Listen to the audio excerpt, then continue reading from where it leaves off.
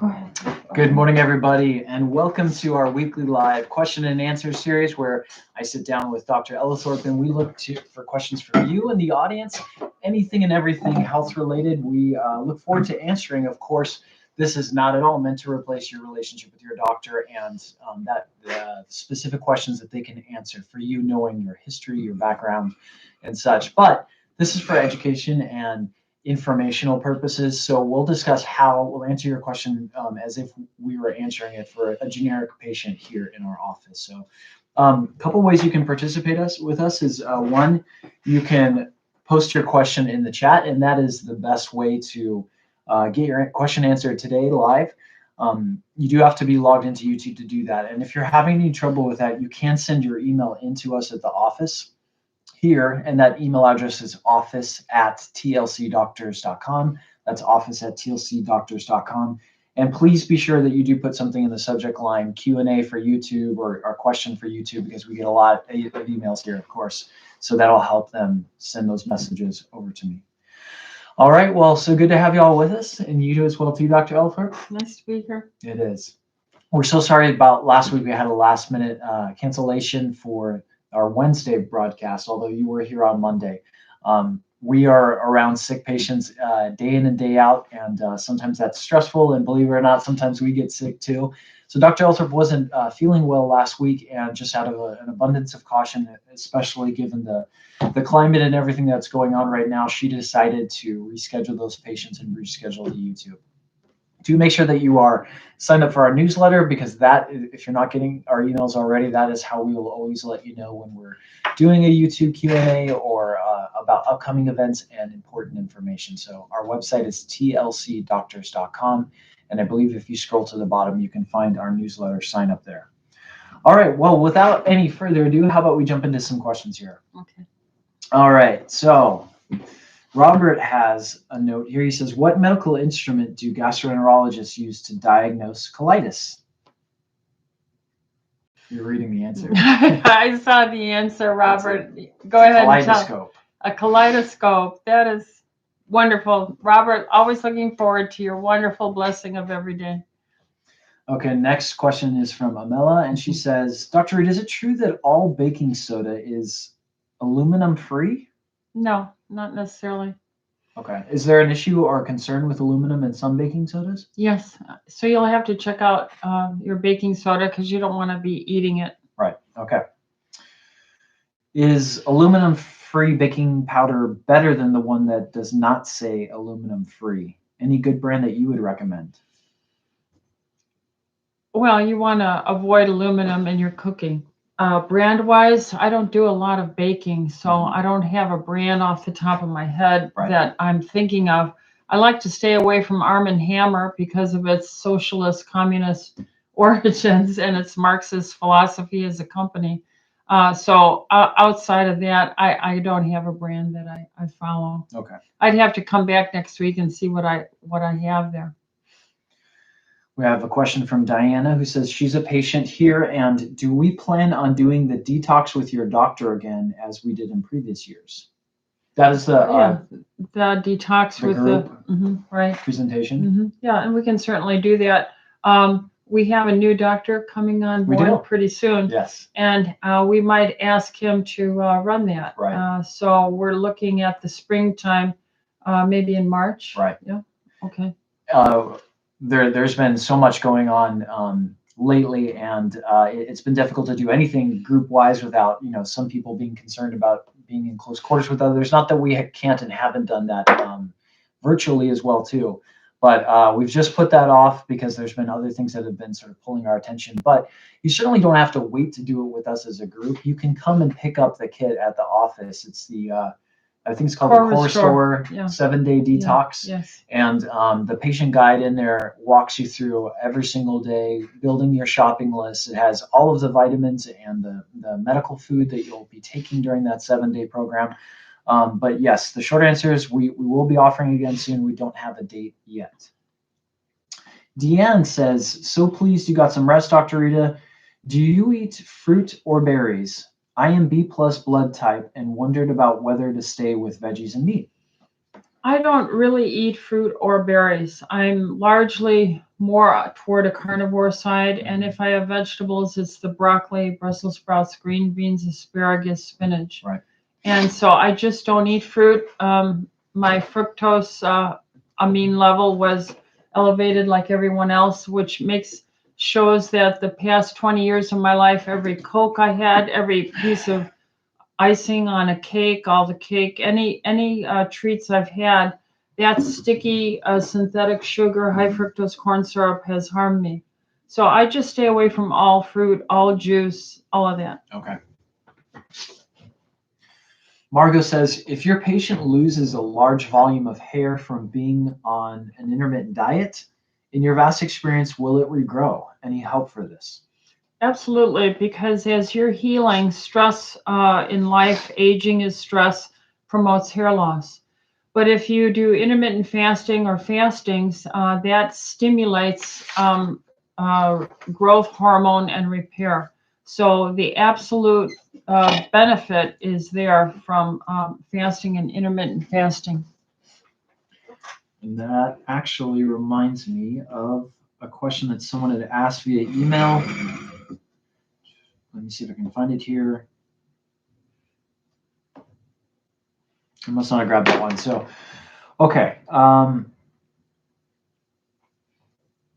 A Sale says, at what age do you start using estrogen cream on your face and skin?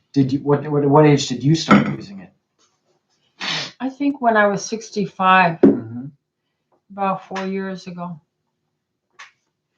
So honestly, a lot of the antioxidant benefit and some of the help for avoiding aging and wrinkling, I think also is just a healthy lifestyle.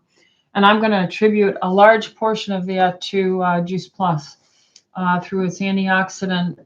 It preserves the collagen, elastin longer. I attribute it also to a low carb diet.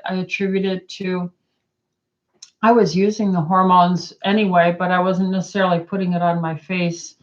And using systemic enzymes. And then finally, I think the other thing would be fasting. I've been doing this intermittent fastings for many years now, which stimulates growth hormone and repair.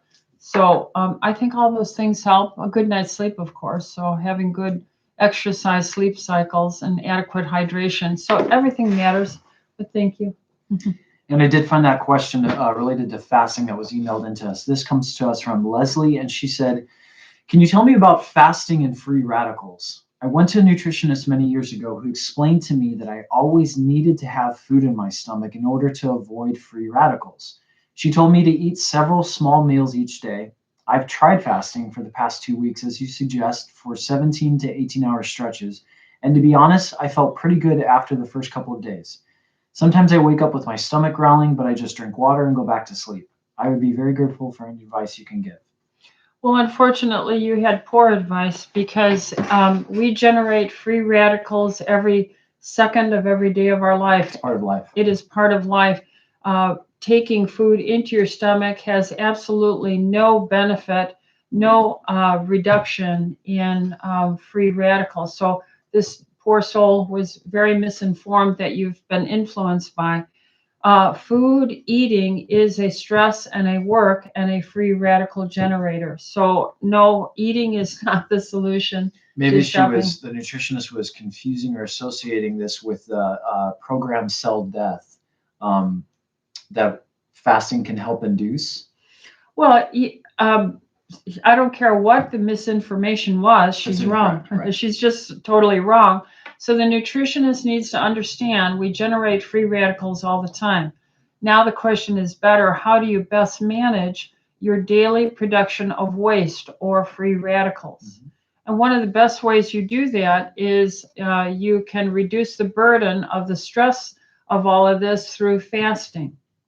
Fasting is an absolute 100% free radical reducing, life extending phenomena that cannot be argued with. The science is well established on this. Right. Drinking plenty of water, eating a diet that is low in carbs, that doesn't put a stress on your free radical producing engines in all your mitochondrial batteries. Right. And eating in a restricted time window, drinking enough water puts out the heat of the free radicals, getting a good night's sleep allows a reparative time.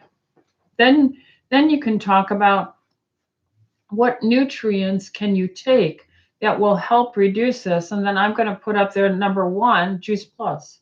Juice Plus is probably the most researched nutraceutical in reducing free radical damage, DNA damage even. So I would say I would use that. The next thing I would say is take systemic enzymes, because whatever cell has been so damaged it cannot be repaired, then you would take enzymes to clear that debris away. Then the third item I would say is B vitamins and stress are very, very important. They are water soluble, so you must take them every day. And they're so important in hundreds, yay, maybe even thousands of metabolic protocols, that your body needs every day of your life. And then a good multi-mineral, as you know, we designed that in the TLC Energy Core for many reasons. The magnesium, the zinc, the selenium that's in it. There are many reasons why we need these pots and pans God uses as minerals to do the cooking of all the repair, new proteins and amino acids that are needed, and making hair and all these wonderful things.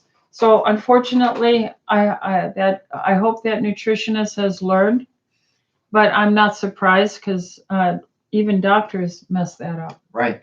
Yeah, and when I hear this advice to eat several small meals throughout the day, it brings my mind back to this common misinformation about the yo-yoing of blood sugars and insulin levels, and there's this idea that you want to be in the sweet zone, not too high, not too low. But fasting and doing fasting regularly, whether it's intermittent or a true 1 or 2 day fast, will help increase your sensitivity, your body sensitivity to insulin, and that's a healthy thing for us to do, correct? Yes. What you have to understand is we have been falsely shifted to burn carbohydrates, and so a carb dependent person that's true. They're stuck there. Right. Yeah. And to unstuck the machinery to do that is you'll have some unpleasant feelings. Right. You'll get hunger. You'll get a headache. You'll get a little tremulous and weak. You might get some strong hunger pains and so forth. You might get moody or bitter or angry. But does that mean, that's the healthy place to be in? Absolutely not. That is an area where insulin is going to become resistant. You're going to have that excess insulin produced. Therefore, for all the carbs you're eating, it's going to grow fat. It's going to grow thick blood vessels and high blood pressure, heart disease, and it'll probably stimulate some tumor in you to grow and give you a cancer. Right. So we have to teach people the diet system today is jammed into this carb burning scenario. A good doctor, a good nutritionist will help gently tell you to start knocking down that wall, hammering it with your intermittent fasting, your 1 day fasting, and then it loosens up so that whether, like when I was ill last week, I just stopped eating for 4 days. I didn't have one bite of one thing, nothing. And I was absolutely fine, and it tremendously catapulted me into a better state of health on a far rapid trajectory than had I thought I needed to eat something. Right. Yeah. Thank you. Okay. I wake up too early, 4 to 5 a.m. for 10 days, normally 8 a.m. I was taking a new multivitamin for a month. It has 3.76 milligrams of vitamin A. Will I overdose vitamin A and cause me to wake up early? I would say no, because if that means it was 3,750 international units. I believe you have to make a conversion if that thing is saying milligrams to international units, and I don't have it in my brain to make that conversion. A high vitamin A would be somewhere in the range of like 15,000 international units every single day. That'd be on the higher end. Right, and A is a fat soluble vitamin. Yes, and that fat soluble vitamin could build up to excess and create problems. Now, I've never seen it in my life. Wow. But could this create a sense of irritability with your sleep cycle? I've never heard of that. So I'm going to have to say no. But I would check on the Google and look on that bottle. If it's reporting vitamin A as milligrams, 3.75 milligrams, then I'm going to say you've got to make the conversion to international units, and then you'll see if it's high or not, knowing that about 15,000 units daily tends to be on the high side. Most multivitamins have like 7,500, 2,500 units Just in a them. trivial amount, just so Right. small. Mhm. Okay. And it looks like we have a tip here from Garden Fairy that says Thrive Market sells aluminum-free baking powder online. Thrive Garden, Thrive Market. Thrive Market has aluminum-free baking soda. Okay, good. Where is the Thrive Market? I've never She's heard saying of it's that. online. Oh, it's online. Yep. Online. Yeah, I was going to say, where do you try to Thrive Market? Okay. Question from Deanne, who says, what causes foot and leg cramps, and what is the solution? Well, it's multifold. Nothing is that simple. The older you get, the tiny little hair-like capillaries that are all over, which are delivering water, nutrition, and minerals, get clogged up and diminished with life. That's why you have to purpose to drink enough water as you get older. Number two, digestion diminishes with aging. And so you have to purpose to help yourself digest as you age, so you take in the minerals and nutrients that you need and not the foolish carbs and feel sorry for yourself aging, that kind of stuff. So I do two things. I take TLC multimin, which is a enhanced multi-minerals, so that the potassium, the magnesium, the calcium that is helpful in preventing these leg cramps is restricted. I drink no less than 2 liters of water every single day of my life. I try to exercise dutifully no less than 3 times a week with a trainer. And when you do that, and I think by taking systemic enzymes, which reduces inflammation anyway, and I split my morning and bedtime. So I'm taking systemic enzymes, TLC multimin, my extra water, and even if that wakes me up once in a while to have to urinate in the middle of the night, so be it, because I don't want leg cramps. And I'll tell you, when I take all my vitamins in the morning, as I used to, I started getting leg cramps. When I split them, they went away. If I forget to take them one night or two in a row, they come back. So I know it's directly related to my TLC multimin, my nighttime water drinking to get all that down, and my enzymes. Okay. Lee asks, will lemon balm and Nigella black cumin seed help Graves? Should patient take these along with methimazole? Methimazole. That is a prescription medicine for people with Graves' disease to calm down their hyperactive T3 thyroid function. Now, these two herbs have been studied in Ayurvedic medicine and such, and I did a second doctorate in integrative medicine in the late 90s, and those were brought up, but I have never seen them over the decades since have the impact that we would have hoped that they would have. I am not opposed to standard medicine. I'm an allopathic doctor, and when it's appropriate to take a medicine, it's appropriate. So I would say the methimazole should be used and followed with your doctor. But hopefully you'll have a doctor, or your doctor will become a doctor who is functionally educated as well. And they will work to say, well, what led you to Graves' disease? What were once before you were fine and then you became ill? What was transpiring there? And we believe it's lifestyle, pollution, chronic bowel inflammatory, autoimmune type material. So I would, well, and I have many patients that have Graves and they're on methimazole, and we have been able to often get them off of it because we stopped the inflammatory gut fire that created the cross reactivity and attack on the thyroid. Okay. At what age should a woman begin using hormone creams, progesterone and estrogen?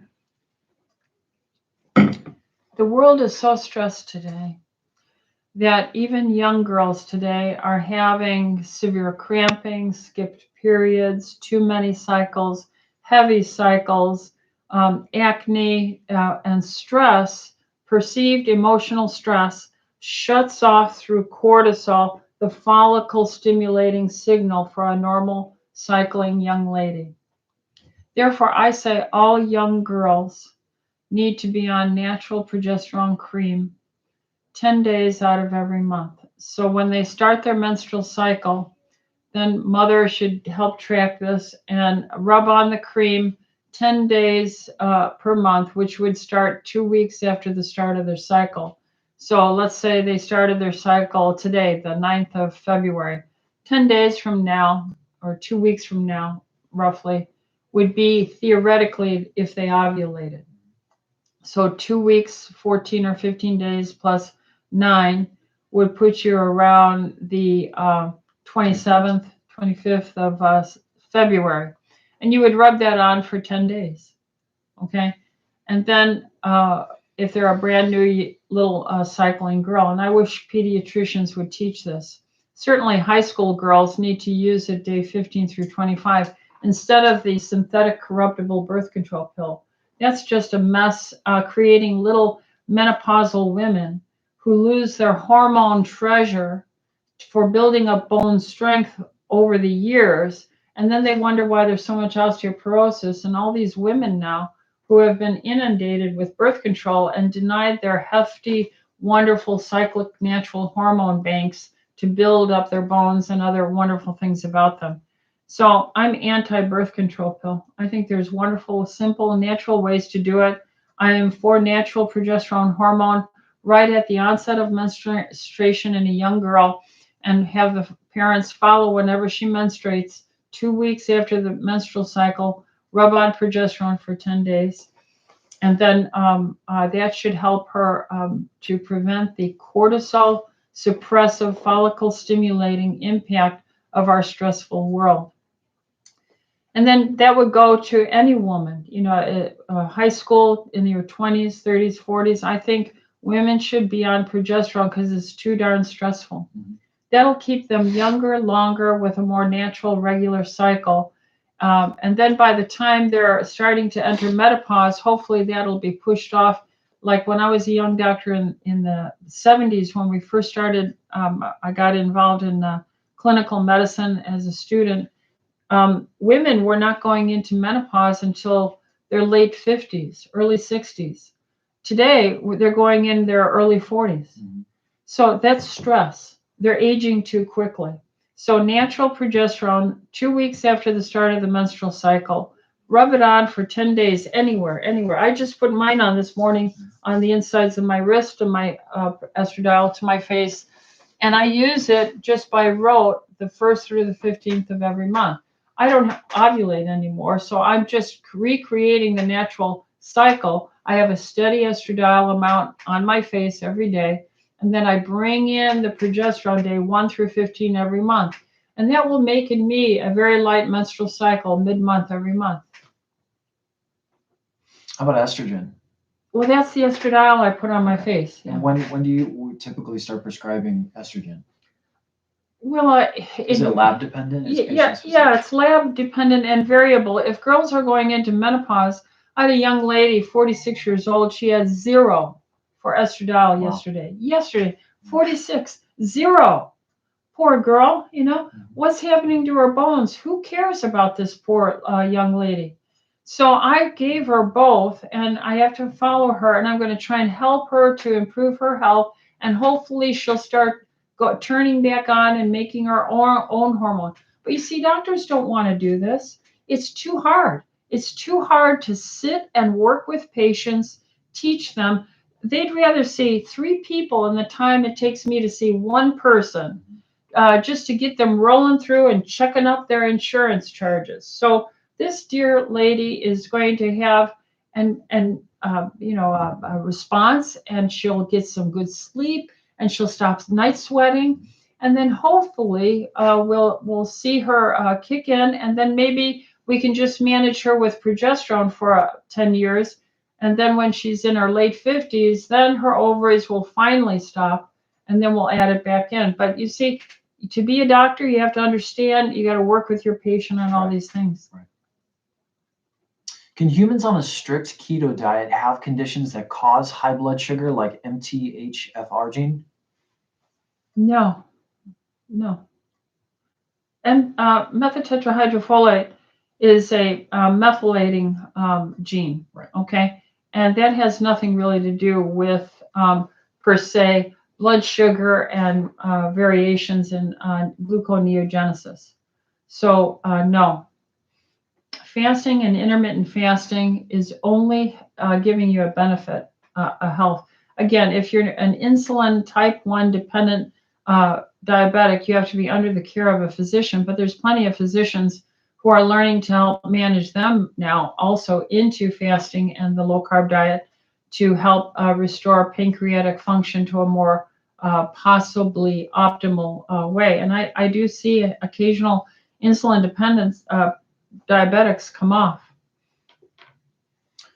Okay, next question. Is pulling useful TP to detox? Should we not use fluoride toothpaste? So is oil pulling useful to detox? Oil pulling, I don't know what they mean by oil pulling, but fluoride is horrible. I've taught for decades, you don't use fluoride toothpaste, you don't use fluorine. It's a waste product of industry. Hydrofluorosalic acid is just a waste product that corporate criminal syndicate got into being used so they can sell off their waste. So it's just terrible. No, find a good product. I know I go to Infowars.com, Alex Jones, and I buy their fluoride-free toothpaste to both support him and get a good product. Okay, time for maybe just another question or two, and I have a few that were emailed in. This one comes from Patricia, and she said, I increased my vitamin D3 to 10,000 IUs from 5,000 in December after watching Dr. Campbell from England talk about vitamin D3 on YouTube. He mentioned that the dose of 10,000 IU of D3 could cause calcium to adhere to artery walls. So I stopped my supplements of calcium until spring when I plan to decrease my D3 again. What do you think about this? Well, this Dr. Campbell is a nurse, okay? So, and I know who he is. He's not a medical doctor. There is nothing wrong with D10,000 in the vast majority of my patients. I think it's very safe. I do not recommend extra supplemental calcium supplementation in anybody for any reason, even if you have osteoporosis. Instead, I recommend eating healthy calcium-rich foods, such as meat, fish, chicken, turkey, beef, eggs, things like that. So I think you should see a doctor who will measure your vitamin D, D3 level. And I think if it's around 100, you're going to do well for your life, for your bones, for your immune, for your mood. I don't think you have to worry about taking it more in the winter and in the summer less, because they have these corruptible chemtrails. These geostratospheric engineering put these fake clouds out there full of barium oxides, strontium oxides, aluminum oxides, and they're dumping hundreds of billions of tons of aluminum oxides, toxic metals, on the land, on the sea, on your trees. It makes the ground like an electric tinder with all that aluminum dust now on the surface of the forest. And it promotes Alzheimer's and promotes cancer, all these horrible things. So that is done to redirect light through the metallic reflection of ultraviolet light from the sun. It's foolishness, it's heresy, it's wrong. And so we're all becoming heavy metal toxic. At the same time, we're not getting these ultraviolet lights that would have hit our skin to help us make the vitamin D. Therefore, I would take the D all the time, see the doctor, check your level, aim for about a 100 level, get a chemistry complete full comprehensive chemistry so you can check your liver enzymes. And if your doctor does not know, vitamin D is fat soluble. If it was too high, it would impact your liver enzymes. If your liver enzymes are normal, your vitamin D, no matter what the number is fine. Got it. And I also often see the doctors here prescribing K2 with D. Does that have anything to do with calcium absorption and bone health? Most definitely, yeah. So we only really distribute vitamin D here with K2, and K2 is a mammalian-only produced product. Mammals only produce K2 through the 7 chambers in the fermentation and chewing in the cow, so that the cream and the dairy produced and the meat that you consume from these animals has vitamin K2 in it, which helps pull off calcium off of abnormal deposits in soft tissues in the human body. Great. Thank you. Well, everyone, that is all the time we have for today. Dr. Althorpe has got to get ready for her patients coming in very soon. So I want to thank you for joining us and let you know that if you weren't aware, Dr. Althorpe also does a Monday afternoon session that tends to go a little bit longer. So if you didn't get your question answered today, you can come join us then. That's Monday at 6 p.m. Pacific here on YouTube. She'll be streaming live as well. Other than that, if you found value out of the video today, if you enjoyed this, do us a quick favor and just hit the like button. Better yet, subscribe to the channel. That helps us spread the word, get the word out, and you'll be notified whenever we put out new content. So thanks everybody for joining us. Until we see you next time, be well and God bless. God bless.